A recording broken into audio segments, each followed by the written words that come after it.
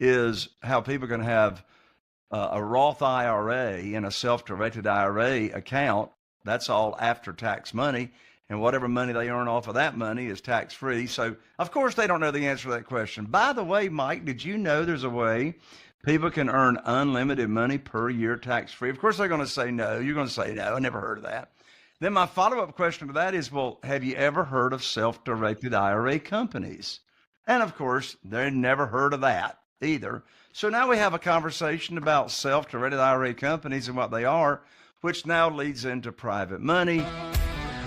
If you're a real estate investor and are wondering how to raise and leverage private money to make more profit on every deal, then you're in the right place. On Raising Private Money, we'll speak with new and seasoned investors to dissect their deals and extract the best tips and strategies to help you get the money, because the money comes first. Now here's your host, Jay Conner.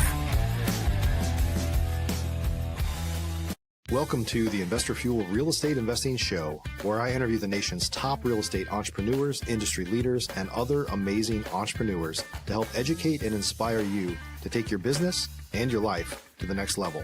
My goal is to add tremendous value to you during every single episode of this show. If you get value, I'd love it if you subscribe on your favorite podcast player, subscribe on YouTube, and my very favorite, please share this with your community so we can impact even more entrepreneurs. Let's start today's show. Hey everybody, welcome back to the show. I'm here with the one and only Jay Conner today. We're going to be talking about how to raise private money, like right now, what's working in this market. So Jay, welcome to the show. Oh my lands, Mike, thank you so much for inviting me to come along and talk about private money, because this is the subject I'm so passionate and excited about. And the reason for that is private money has had more of an impact on mine and Carol Joy's real estate investing business than any other strategy that we've employed. I tell you, it's because of that I've never missed out on a deal that I wanted to do for not having the funding ever since February 2009 when I started raising private money. Yeah, that's fantastic. So I know there's a lot of great, we're going to talk about the differences between what is private money versus hard money, because a lot of folks intermingle those things. And I would say the truth is having flipped hundreds and hundreds of houses, I've mostly used private money, friend and family money, friends of friends, and things like that. And it's great once you kind of get those relationships locked in, because they don't want you to pay it back. Like, they want to keep their money busy, right? And so, and they don't have well, I don't want to say they don't have as much emotion, but the banks, your relationship at the banks might not have all the control, right? If you're working with hard money lenders or even local banks, like, they have mandates sometimes that are passed down that they can't really control where things are going. So excited to talk about this. Jay, before we jump into the meat and potatoes here, tell us a little bit about you and your background. Sure. Well, my wife, Carol Joy, and I, we live here in a very, very small town, small market here in eastern North Carolina. It's called Morehead City, Atlantic Beach. We only invest in 2 counties. And our total target market's only 40,000 people. And so there's a big argument to be made to be a big fish in a small pond. I've been full-time here investing in single-family houses primarily since 2003. We do 2 to 3 deals a month, not a big volume. However, average profits the last 12 months are $86,000 per transaction, per deal. I don't share that $86,000 figure to brag in any kind of way. It's just to make a point. And that is, if you are the dominating force and you've got consistent marketing in a small market, then you can dominate that market and you don't have to deal with all that competition that's in the, bigger cities. Yeah, so I was raised in the mobile home business, manufactured housing. They used to call them trailers and wobbly boxes, but the financing for that product by and large went away in 2003. I knew I wanted to get into single family houses ever since that time, when I started in 2003. And you know what's interesting, Mike, is a big part of my story is from 2003 until January 2009, the only thing that I knew to do to get my deals funded was go to the local bank or mortgage company, get on my hands and knees and put my hands underneath my chin and say, please fund my deal. And, the bank would make me pull up my skirt and show all my personal assets. And I had to get my credit score pulled and show my financial statement and all that. And Mike, that worked out okay for the first 6 years, from 2003 to 2009. But in January 2009, everything changed, Mike. Everything changed in January 2009. I was sitting here at this very desk, and I picked up my telephone. Now, we still have handsets and cords in North Carolina. A lot of people haven't even seen that in a while. But I picked up the phone, and I called my banker. His name was Steve. Now, this was January 2009. And I called up Steve. Steve had funded a ton of deals for me for 6 years here in our local market. And I told him about these 2 houses that we had under contract to buy. And Mike, I learned like that over the telephone that my line of credit had been shut down with no notice. I said, Steve, what in the world are you telling me? That my line of credit is closed. We've got a great relationship. We've been doing business for 6 years. I got a great credit score, never late on payments. Why is my credit line shut down? He said, Jay, don't you know there's a global financial crisis going on right now? I said, no, but you just gave me a financial crisis. I don't have a way to fund my deals since you've cut me off. He says, well, we're not loaning money out to real estate investors anymore. So I put my phone on the handset, and Mike, I sat here and I sat here for a moment, and I asked myself a very important question. And I want to share this question with you and your audience. This question that I asked myself will help fix any problem anybody's got going on in their life. I don't care if it's financial, health, career, relationships, it doesn't matter. Help fix their problem. By the way, these people running around saying every problem is an opportunity. I want to be like the Kool-Aid guy and run into the brick wall. That's the most stupid thing. I didn't have an opportunity. I had a problem. Let's face the facts, right? Now that problem became an opportunity, but at the moment it's a problem. So here's the question I asked myself. I said, Jay, who do you know that can help fix your problem? I'm not having any more funding for your deals. And I immediately, the power's in questions. I immediately thought of my good friend Jeff Blankenship, who lived in Greensboro, North Carolina at the time. He was investing in single family houses. I picked up the phone, I called Jeff, and I told him what happened. He said, Jay, welcome to the club. I said, what club is that? He said, the club of having the bank shut down your line of credit. I said, well, Jeff, how are you going to fund your deals? He said, well, have you ever heard of private money? I said, no. He said, have you ever heard of self-directed IRAs and how people can take their current retirement funds and transfer it over to a self-directed IRA company and invest that money and loan it out to us, and we pay them interest and they earn either tax-free or tax-deferred income? I said, Jeff, what in the world are you talking about? I don't know what you're talking about. I said, what is private money? He said, well, there's this gentleman down in Jacksonville, Florida, by the name of Ron LeGrand, that says he can teach us how to get private money. I said, well, what is it? He said, I don't know, but Ron says we can get a lot of it. So that's why I went to my first real estate investing seminar after being in this business for 6 years to learn about private money. So I went to Ron LeGrand's seminar, learned about private money. I came back home, Mike, and you know what I did? I put on my teacher hat, and I just went about teaching people. My teacher hat says private money teacher. And I just went about teaching people, first of all, that I go to church with or in my cell phone, my own connections. I started teaching people what private money is and my program that I put together. I decided what interest rate I was going to pay, how they could get their money back in case of an emergency, maximum loan to value and all that. And I just started teaching people in my own network what private money is and how they can get high rates of return safely and securely. As a result, I was able to raise a couple of $1 million in less than 90 days by just teaching the opportunity. So instead of going to the local bank and asking for a mortgage, in this world of private money, we're offering a mortgage or offering an opportunity. That's great. Yeah. And there's a lot of people, and I think I know what you're going to say here, but there's a lot of people that you probably work with that are not, they don't have business cards. They don't think of themselves as a lender. They're not a lending company. They're just maybe wealthy individuals, or maybe not all that wealthy, but they've got some money to put to work and they're afraid of the stock market, or they want something that's a little more tangible, or they want to put it with somebody that they know, like, and trust, or whatever. Right. So maybe tell us a little more about what is like private money. How does that compare to other, how do you compare it to, hard money or local banks or whatever? Like, what's the definition of private money in your world? Yeah. Well, what you just said is a very, very important point. And that is, these are just private lenders are just regular people. These are individuals, human beings that are looking or would love to have a way to get a higher rate of return safely and securely. Maybe they got their money in the local bank in a certificate of deposit. And, when I say I put on my teacher hat and started sharing this with just people in my own network, I've got 47 private lenders right now, Mike, that are funding our deals, loaning money out on our real estate deals. 47 individuals. Here's what's interesting. And by the way, if you're listening to this show, you don't need 47 private lenders. You just need one or two to get started. But what's interesting is, Mike, not one of these 47 people ever heard of private money, private lending, self-directed IRAs. None of them heard about it.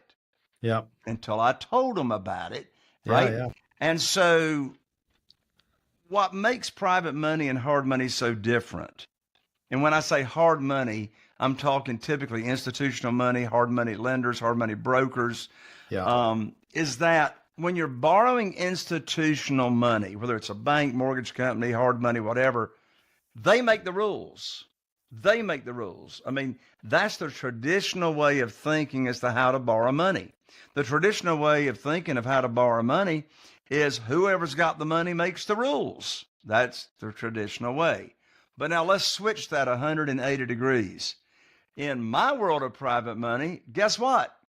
We make the rules. The borrower makes the rules. We set the interest rate. We set the length of the note. We set the frequency of payments, the whole 9 yards, to where, and the reason this works is because if I'm borrowing money from an existing private lender that's already been doing this, then they already know this world. That's a negotiation conversation. But in my world, as to how I do private money and my community members, the way we do private money, is we lead first with a servant's heart by teaching the opportunity. And then we separate conversations between the opportunity and then having an actual deal to fund. Yeah. So, and I know you can relate with this, Mike. I mean, you've raised millions in private money. If you're talking to a new potential private lender in your own network and you talk about a deal in the initial conversation, you already sound desperate without even trying to sound desperate. And so here's a writer downer. Desperation has got a smell to it, right? Desperation's got a smell to it. The worst time to be raising private money is when you need it for a deal. So, Mike, let me take a moment and share, and then I'll get over to more of those differentiations between private money and hard money.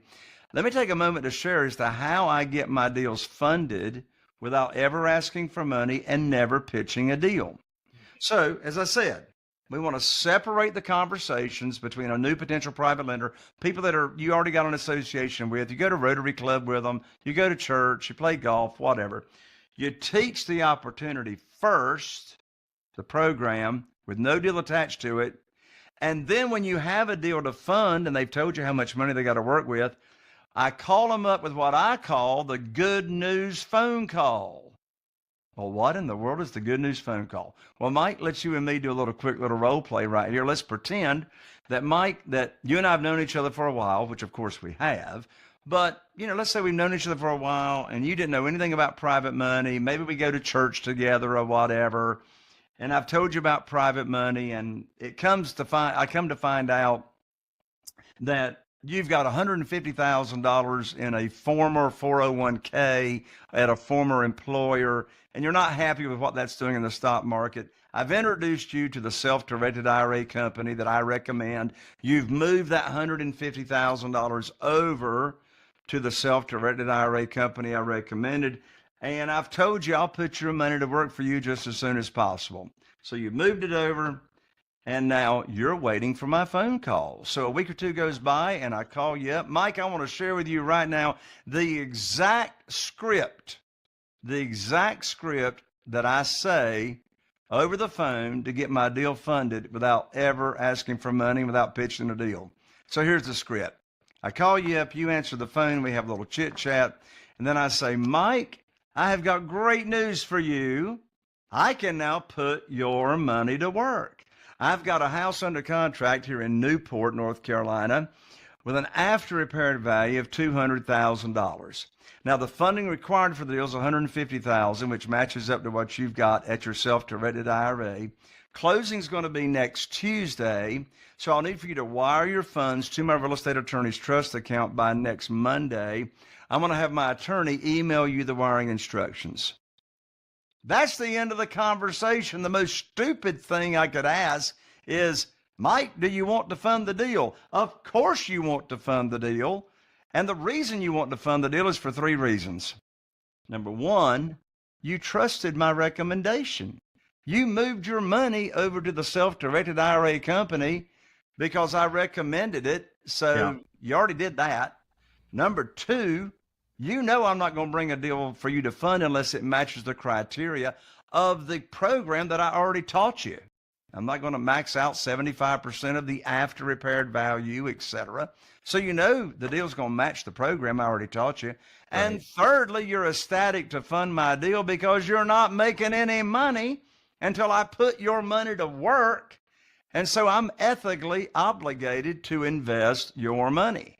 So that's why it's just that natural flow of teaching and then the good news phone call. Back to your question. Sorry, I digressed. No, this is great. So when you talk, like, how do you start that conversation with potential future lenders? Like, how do you bring that up? And I guess, and you know, you might be a little bit different than some of the students you have or people that are listening to this right now. Like, what are some common ways that people can kind of start those conversations, planting those seeds, whether it's at church or through a friend of a friend or at a wedding or on social media even? It's funny you bring up the wedding. A few years ago, I was at a wedding and I was at the reception at an 8-top table, round table, eating mince and cake and drinking punch. And I got to meet this lady whose husband had just retired from being a dentist, and he had a problem having $700,000 that he didn't know what to do with. He became a private lender. Anyway, I love, how do you start conversations? Well, there's the direct method and there's the indirect method. So let me start with a short story of how you start a conversation using what I call the indirect method. My very first $500,000 that I raised after being cut off from the bank, I used the indirect method. I didn't know that's what it was called. I later named it that. But here's what I did. I came home. I had my private lending program put together as to what I was going to offer, the interest rate. By the way, I've been paying 8% ever since February 2009 with no points. Same thing. February 2009, summer 2025.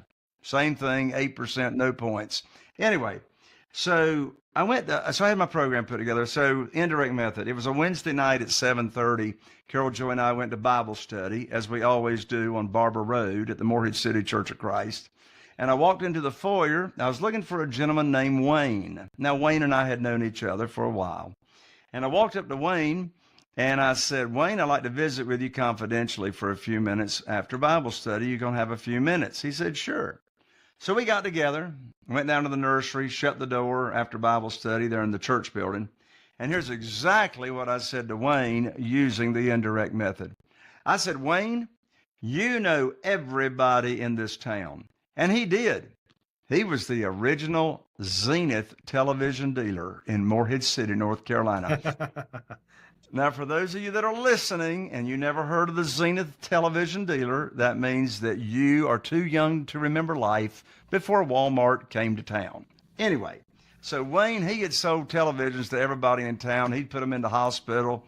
And actually, with the Zenith television dealer, you bought your TV from him. He'd finance your TV. He'd repair your TV. Anyway, Wayne knew everybody. So back to my script. I said, Wayne, you know everybody in this town. I said, you're all connected with the Rotary Club. You know everybody. I said, Wayne, I need your help. Right there's the writer downer. That's the indirect method. I said, Wayne, I need your help. I said, you see, I've now opened up my real estate investing business by referral only to people that I know and trust. And here's how I need your help. When you run across somebody that's complaining about low interest rates in the local bank and certificate or deposit or the volatility of the stock market, would you refer them to me because I'm now paying insane high rates of return in my private lending program to my investors. If you would refer them to me, that'd be great. What do you think Wayne said? Wayne said, well, now, Brother Jay, what you got going on there? I said, well, Wayne, are you saying that you might be interested? He said, well, I might be interested. I said, well, why is that? He said, well, we're not earning much money in the local bank and we're losing money in the stock market. He said, what kind of rate of return are you paying? I said, well, that sort of depends on the deal. I said, what sounds high to you? He says, well, we're earning 3% in the local bank, and that's what it was in a CD in 2009. It's already back to that now. He says, we're losing money in the stock market. He says, I don't know, maybe 5 or 6%. I said, Wayne, I can't pay you 5 or 6%. I said, but I can pay you 8%. He said, put me down for $250,000. And so the next afternoon, Thursday afternoon, I went to Wayne's home and I sat down with he and his wife. And what did I do? I had on my teacher hat, right? All I'm doing is teaching the opportunity. And remember, we make the rules. So I'm teaching the interest rate that I'll pay on his investments, 8%. And I'm teaching them how they can get their money back in case of an emergency and what the maximum loan to value is. And I let them tell me the frequency of payments. I really don't care. And so after 2 cups of coffee on Thursday afternoon, that $250,000 became $500,000 at the end of that conversation. Remember the magic, no deal attached to it. We're just talking about the program. And then, of course, a week goes by and I give Wayne and his wife the call with the good news phone call. And here we go to putting their money to work. So the indirect method is just asking people to spread the word as to the opportunity that you have. And by the way, Wayne did refer, I don't know how many new potential private lenders to us that still fund our deals today. That's the indirect method. How do you start conversations with the direct method? Well, I call that the magic question. And the magic question is, quote unquote, do you have investment capital or retirement funds not giving you a high rate of return safely and securely? Now, obviously, you're not going to start out a conversation with the magic question, right? You're just going to be in a conversation. I love bringing up the topic with by the way lead-ins. By the way. So here's a lead-in to bringing up the topic. Let's say, Mike, you and I are having coffee or we're having breakfast or whatever. We're at the ice cream church social, whatever. So we're hanging out and we're visiting, and I say, Mike, by the way, did you know there's a way people can earn unlimited money per year tax-free? They're not going to know the answer to that question. Of course, what I'm leading up to is how people can have a Roth IRA and a self-directed IRA account. That's all after-tax money, and whatever money they earn off of that money is tax-free. So, of course, they don't know the answer to that question. By the way, Mike, did you know there's a way people can earn unlimited money per year tax-free? Of course, they're going to say no. You're going to say no. I never heard of that. Then my follow-up question to that is, well, have you ever heard of self-directed IRA companies? And, of course, they've never heard of that either. So now we have a conversation about self-directed IRA companies and what they are, which now leads into private money. And then, well, do you have investment capital or retirement funds not giving you a high rate of return? So you see, I start out educating, right? That's the whole secret. I start out conversations educating people as to what this is, coming and leading from a servant's heart and not from a vantage point of need or want. I'm leading with value. Lead with value as to how you can serve them.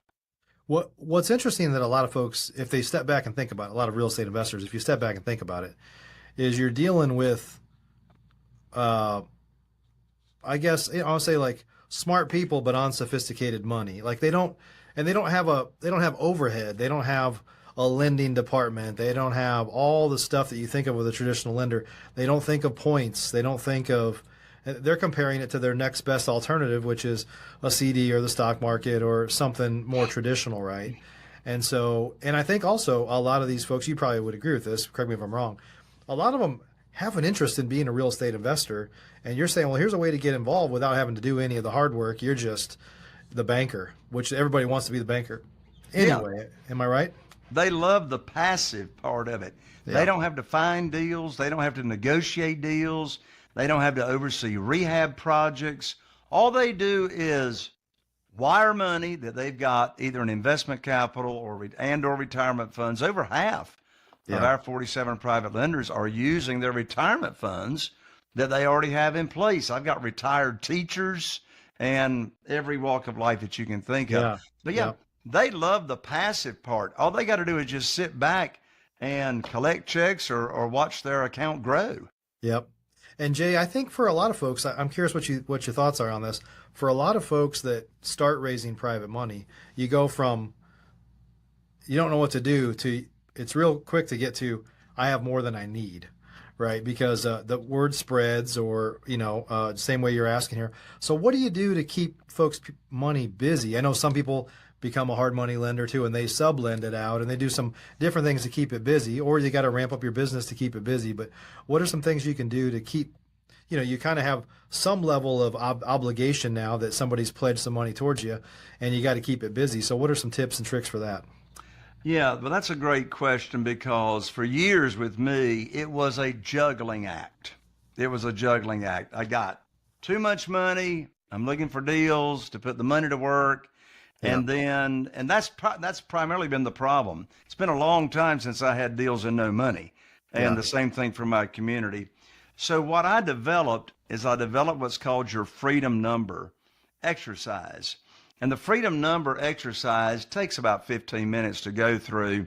And the freedom number exercise actually drills down and calculates exactly how much private money that you need at your disposal, and that's based on your business.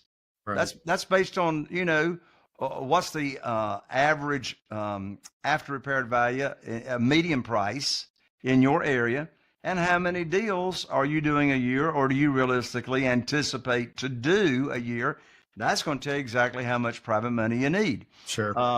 I have the problem today. It's a good problem. I've got about $1.2 million, what I call sitting on the shelf. So these are private lenders' money, principal investment amount, that I've paid off. They're waiting for me to put the money back to work.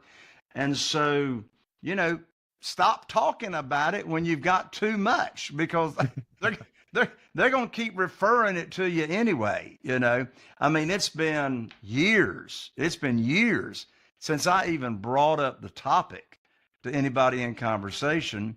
I mean, I could provide that money for my mastermind community members, but I want them to raise their own. I don't want to match up money with people that need money. I did that. That did not go so well years ago. Yeah.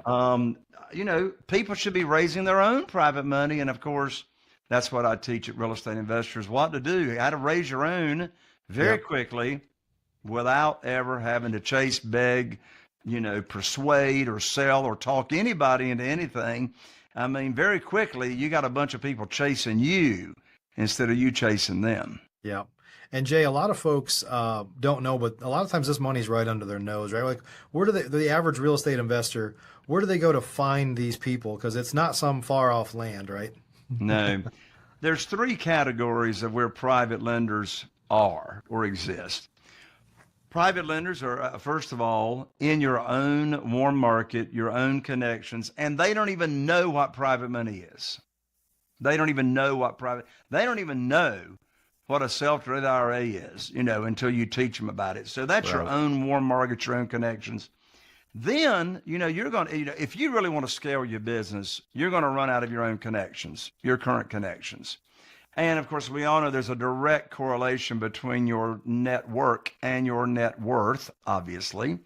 By the way, if you are a seasoned real estate investor, you need to be an investor fuel anyway and connect with all those other like-minded people that are investing in real estate. My most valuable assets are my fellow mastermind members.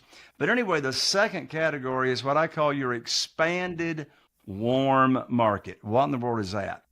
Well, as I said, if you're wanting to scale your business, you're going to run out of your own connections and your own money if you're really wanting to scale it.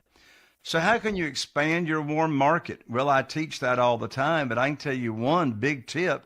I've gotten millions of dollars in private money funding by becoming active in my local BNI, Business Networking International. Mm-hmm. And, even a little old Morehead City, North Carolina, population 8,000 people. We started up a BNI in 2007 with 22 of us. And your local BNI chapter members, they refer prospects to you of whatever business that you're in. Yeah. And so expanded market. And then the third category of private lenders are existing private lenders. These are individuals that are already loaning money out to real estate investors. Well, where do you find them? Well, one place to find them is at self-directed IRA networking events. Here's what's interesting. Over 70% of account holders at self-directed IRA companies want to loan you money. They want to invest in your deals. They want to be passive real estate investing with their retirement funds. That's a great place to network with them. However, that's my least favorite source, and I'll tell you why. If I'm having a conversation with an existing private lender, they already know the game. They're already spoiled at 12%. So now this is a negotiation conversation. Yeah. I would much rather be a teacher in my warm market or my expanding warm market, and they are ecstatic with 8% and no points. Yeah. Yeah. Once they, in their mind, refer to themselves or think of themselves as a lender, then they've kind of institutionalized themselves, right? Yes. Yes. Yeah.